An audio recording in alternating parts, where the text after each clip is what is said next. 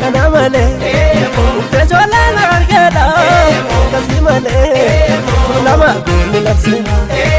Kanamale, male asibanani, kasimale, muzi follo lakani.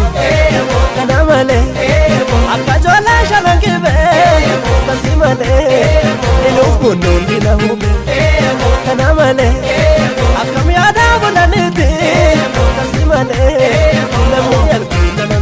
Sabako ya dagale, dagale, dagale, Oromo ya dagale, dagale, dagale, dagale ya dagale, dagale, dagale, Kode kode rankamdu wendele, Kode kode rankamdu wendele. Abuko tate biru, abishe ngarba, fakenya fudatsu ya gurba. Abuko tate biru, abishe ngarba, fakenya fudatsu ya gurba. Ejeko basairmu, kali sabar duga kakeda.